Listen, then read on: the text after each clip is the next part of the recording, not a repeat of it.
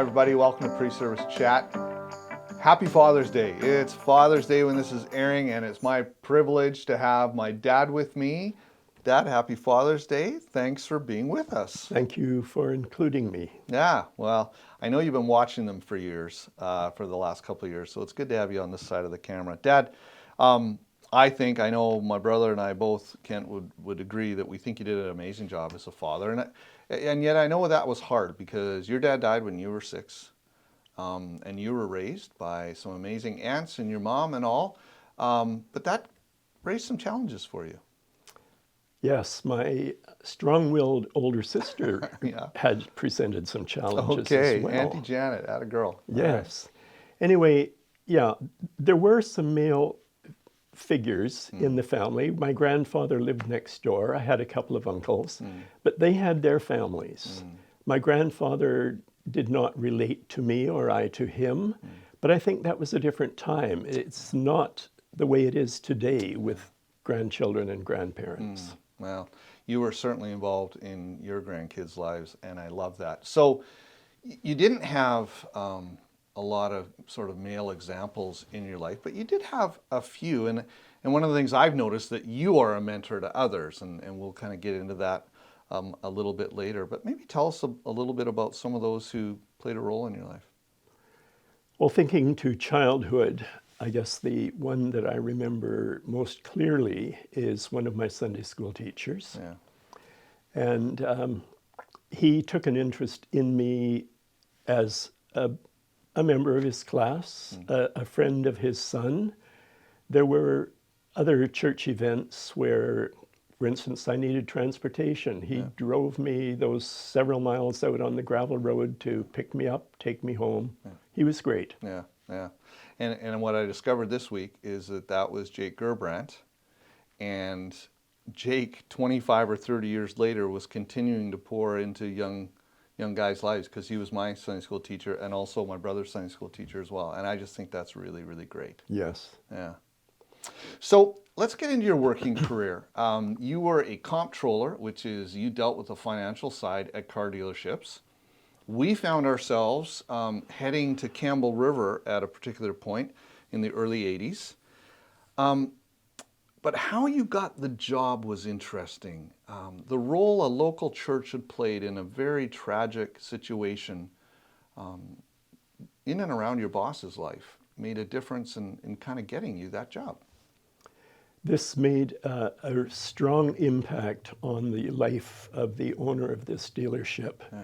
He saw how the church, the Christian church, came in strong support of his family, who were believers, but he was not. He told me that, sight unseen, I was given 10 points just because he knew I was a Christian. Yeah, yeah. I think that's a really great story, a really cool story of how the church family rallied around, and we are witnesses, and our testimony goes out in how we're living out, and that's really cool. And when you're told that, yeah, it puts a little more pressure. A little more pressure, yeah. Well, and so that leads us into this really challenging season. Not long into your job, within the first year, you're a manager, and one of the other managers all of a sudden was accusing you of essentially cooking the books, accusing you of keeping 2 sets of books. And so now you're sitting there in this manager's meeting, and you're being accused of that. And it seems like your faith played a role in how you responded to that. Well, the situation was the economy had taken a nosedive. It had affected our business, and a lot of companies were laying off junior people. The owner suggested, let's keep the junior people who really need their jobs. As managers, let's take a 10% cut in our salary. We agreed. We really didn't have much choice. And the time came when this other manager accused me of the owner and I not taking the 10% cut in our salary. Right. He said, I don't think you did. I said, my wife thinks I did. Yeah, yeah.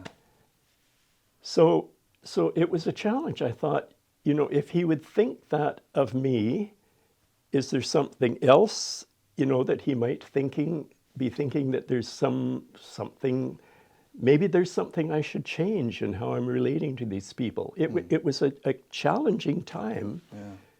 It made me really wonder if my testimony was effective. Right, right.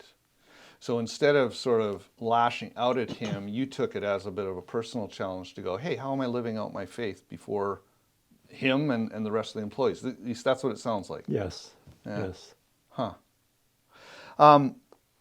So that's your job. We've talked a little bit about your early days. Dad, recently in a phone call, you made a comment to me that your perspective has changed on your 80s. You're in your 80s. But when you used to look at being in your 80s, you kind of thought that maybe, your time would be a little more up and you'd be okay with just sort of, moving on. But your perspective has changed. Your reason for living has changed. Maybe just talk a little bit about that. There have been 2 instances in my adult life when I was not expected to live.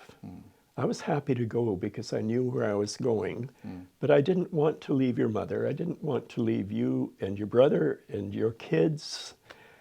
And I would look at other people in this situation, and they were accepting chemo and radiation for cancer treatment. And I thought, I don't think I want to go that route. I know where I'm going. I'm happy to go. I'll go when God calls me. Yeah. But advancing into the 80s, and I'm almost mid-80s, I know I don't look it. But my attitude has changed. I'm still functioning. I'm still enjoying my gardening, still being part of the church.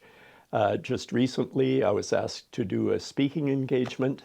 There's more that God has for me to do, and I'll stay as long as I can. Yeah. Well, you see, what I love hearing about, like, we have these phone calls, and yeah, there's these opportunities in the church, but I also know the kind of witness and testimony you're being just in your neighborhood. Mom's baking up muffins and taking them over and ending up in all kinds of significant conversations. But Dad, you're trying to leave a legacy, and you told me a bit about a prayer routine that you have, and I'd love for you to share that just as we finish up. Well, you and your brother gave us 7 grandchildren. God gave us 7 days in the week. So by age, we start with Sunday and we work through the grandchildren. And they all know which is their day. And there are times when they have called us and said, this is happening in our lives. Would you pray about it? And that's a great encouragement to us as grandparents to know that we have a loving relationship on a practical and a spiritual level. Well, Dad, thank you. As I said earlier, happy Father's Day. I love you. Appreciate all that you have done and continue to do. Thanks, everyone, for joining us today.